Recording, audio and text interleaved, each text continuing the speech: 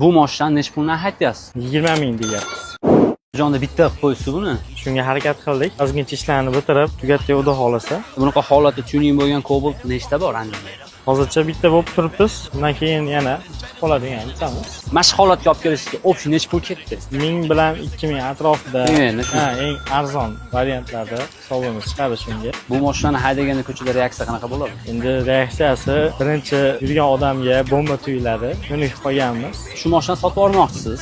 Bundan keyingisiga nima plan qilyapsiz endi? Trendda bo'layotgan trekerchilarga havas qilib, treker trendlarni qilamiz. Treker 2. Treker 2larga. Treker 2 shunda olinib haydaladimi yoki u ham tuning bo'ladimi? Yo'q, shunda haydashga ko'nikmaganmiz. Tuning ishlarni hammasini amalga oshiramiz. Kayf qanaqa tuning qilib haydash?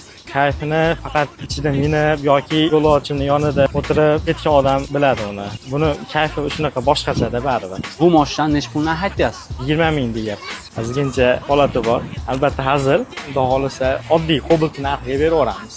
Akalar hazillashyapti. Cobalt bundan ancha arzon. Nomeringizni qoldirib qo'yaylik yo anonimni aytmasizmi? Nomerimizni qoldirib qo'yamiz. Aloqaga chiqsa telefon aytaveramiz. Ha, kelishasiz. Ha, kelishamiz. Bo'ldi.